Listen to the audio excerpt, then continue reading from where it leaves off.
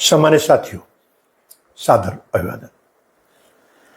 सत्संग की आज की ये पावन श्रृंखला में हम चर्चा करेंगे पूज्यपाद नित्य लीलालीन भाई जी श्री हनुमान प्रसाद जी पोद्दार के आवास यानी गीता वाटिका पर देवर्षि नारद कौन सा अलौकिक दिव्य संदेश देने पधारे थे। सामान्य साथियों, ये प्रसंग बड़ा प्रेरक, ज्ञानवर्धक और आध्यात्मिक क्षेत्र में अपने आप में एक ऊर्जावान है। इसलिए मैं सबसे अनुरोध करूंगा कि इसको अंत तक पूरा सुनने का कष्ट करें। विवरण है 1936 का। गीता वाटिका यानी गोरखपुर में भाई जी ने 1 वर्ष का अखंड संकीर्तन प्रारंभ किया था। बहुत सिद्ध साधु संत और अनाम और अगोचर शक्तियां भी इसमें सम्मिलित हुई थी, ऐसा सिद्ध संतों का आकलन है। हुआ ये था कि एक दिन भाई जी अपने कक्ष में बैठे हुए थे, तो उनको कुछ ये स्मरण आया कि भाई जब हम शिमला पाल में थे और हमने एक उनको सनकादिक ऋषियों की प्रेरणा से नारद भक्ति सूत्र की जो हमने टीकाएं लिखी थी उनका हमने कल्याण में प्रकाशन कर दिया है, और इसका एक पुस्तक का भी उन्होंने प्रकाशन किया है। तो पता नहीं कि उनके मन में कैसी वो प्रेरणा हुई कि अब हम नारद जी के दर्शन से रह गए हैं, और उन्हीं दिनों प्रेम दर्शन पुस्तक जो कल्याण में उनके धारावाहिक निकले थे उस पर प्रकाशित की थी। इस पर सामान्य साथियों हमने एक वीडियो दिया है, आप चाहे तो देख सकते हैं कि सत्संग की उस किस ब्रह्म सूत्र के प्रभाव से भाई जी संपर्क करते थे सनकादिक ऋषियों से और देवताओं से। हुआ ये कि रात्रि में करीब ब्रह्म मुहूर्त में 4 बजे उनको स्वप्न, यानी भाई जी के अनुसार तो वो जागृत स्वप्न था, 2 सफेद वेश में विप्र पधारे। इन्होंने प्रणाम किया, कहा कि मैं नारद हूँ और ये महर्षि अंगिरा है, हम लोग कल आपसे वार्तालाप करने के लिए 3 बजे उपस्थित होंगे। भाई जी उनको प्रणाम कर लिया। अब चूंकि ब्रह्म मुहूर्त का वक्त था, भाई जी अपने नित्य कर्मों में लग गए, उपासना साधना।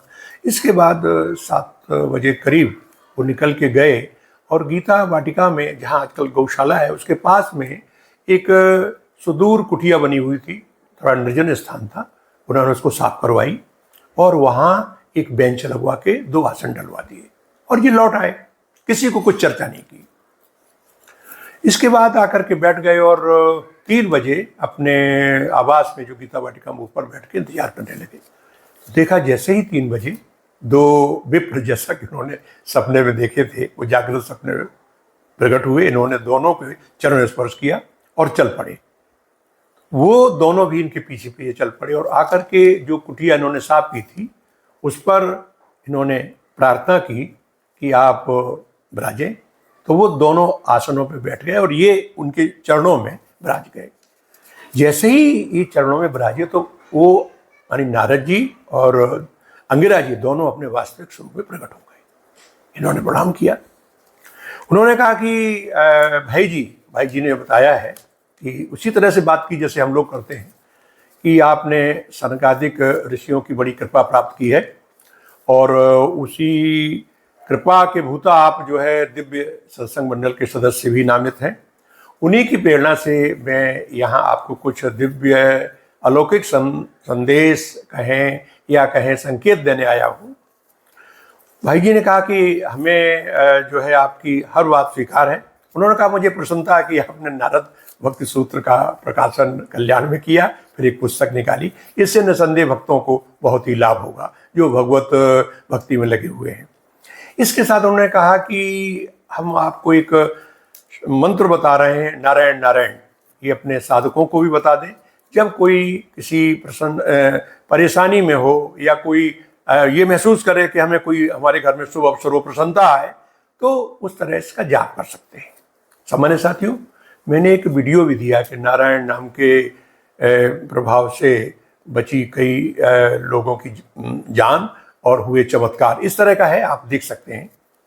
इसके बाद उन्होंने ये बताया कि आपको श्रीधाम वृंदावन का, यानी युगल सरकार ने आपको वहाँ का स्थायी विशेष परिकर भी नामित कर लिया है, और अब आप श्रीधाम के किशोरी जी के सहचरी भक्ति पथ में प्रवर हैं और प्रमुख हैं। जब आप चाहें आप वहाँ पहुँच करके उनका सानिध्य प्राप्त कर सकते हैं। इसके अतिरिक्त उन्होंने कई ऐसी बातें बताई जिनका भाई जी ने उस समय उल्लेख नहीं किया। हालांकि भाई जी चरितामृत और हनुमान सतपुदार एक दिव्य अलौकिक उस पुस्तक में भी चर्चा है इसकी। इसके साथ ही उनके जो छाया के साथ गंभीर चंद्र जी दुजारी रहते थे, वह लोकवासी, उनके पुत्र हरि दुजारी जी से मेरी चर्चा होती रहती है और उससे इस प्रसंग में भी वार्ता हुई। उन सब के आधार पर मैंने ये तथ्य आपके समक्ष प्रस्तुत किया है। इससे हमें जो चीज़ प्रकट आती है, तो नारायण शब्द का उच्चार और दूसरा नारद भक्त सूत्र को हमें जरूर पढ़ना चाहिए। और कीर्तन में, संकीर्तन में हमें, क्योंकि पहले बताया है जो नवदा भक्तियों में संकीर्तन की भी अपनी बहुत बड़ी भूमिका है। तो आज के सत्संग के प्रसंग में यहीं, आगे फिर किसी और प्रसंग में संत महात्माओं की सुंदर वाणी, शास्त्र सम्मत जो संदेश होंगे आपकी सेवा में प्रस्तुत करेंगे। तब तक के लिए आप सबसे मैं आज्ञा लेता हूँ। जय श्री राम।